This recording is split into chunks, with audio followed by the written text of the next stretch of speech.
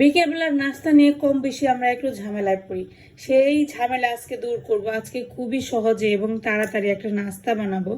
যদিও বা নাস্তাটা খুবই পরিচিত, হয়তো আপনারা বলতে পারেন এই নাস্তা আমরা সবাই বানাতে পারি। হ্যাঁ, সবাই বানাতে পারেন। তারপরেও ভাবলাম যে আমি যেভাবে বানাই সেভাবে আপনাদের সাথে একটু শেয়ার করি। তো এখানে নিলাম হচ্ছে 3 চামচের মতো চালের গুঁড়া,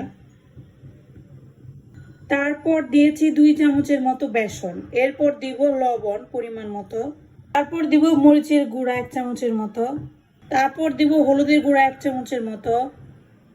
আপনারা চাইলে এর মধ্যে একটু আটা বা ময়দা ব্যবহার করতে পারবেন। তাহলে এই যে মিশ্রণটা আজকে কি বানাবো সেটা আগে বলি। আজকে বানাবো ব্রোকলি দিয়ে পাকোড়া। হয়তো আপনারা কম বেশি সবাই পারেন, তবে হ্যাঁ, আমি কিভাবে করি সেটা আপনাদের সাথে শেয়ার করব।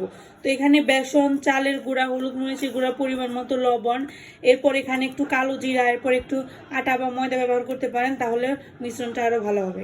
এর মধ্যে দেবো পরিমাণ মতো জল দিয়ে একটা মিশ্রণ তৈরি করে নেব।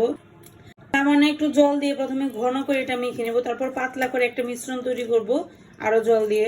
এখানে কড়াইতে তেল দিয়ে দিয়েছি, পাকোড়াটা ভাজবো। এই যে দেখেন, এরকম পাতলা একটা মিশ্রণ তৈরি করে নেবেন। তারপর যেটা করব সেটা হচ্ছে এই যে একটা ব্রোকলি নেব।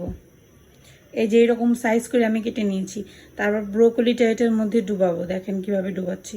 আর একটু ঘন হলেও সমস্যা নেই, তবে আমি পাতলা পাতলা খেতেই পছন্দ করি। মানে উপরের আবরণটা যদি বেশি ঘন না হয়, এর জন্য আমি পাতলা করে দিই। তো এখন হচ্ছে তেলের মধ্যে ডুবিয়ে ডুবিয়ে জাস্ট ছেড়ে দেব। খুবই সহজ রেসিপি, শীতকালে বলতে পারেন এটা বিখ্যাত একটা রেসিপি।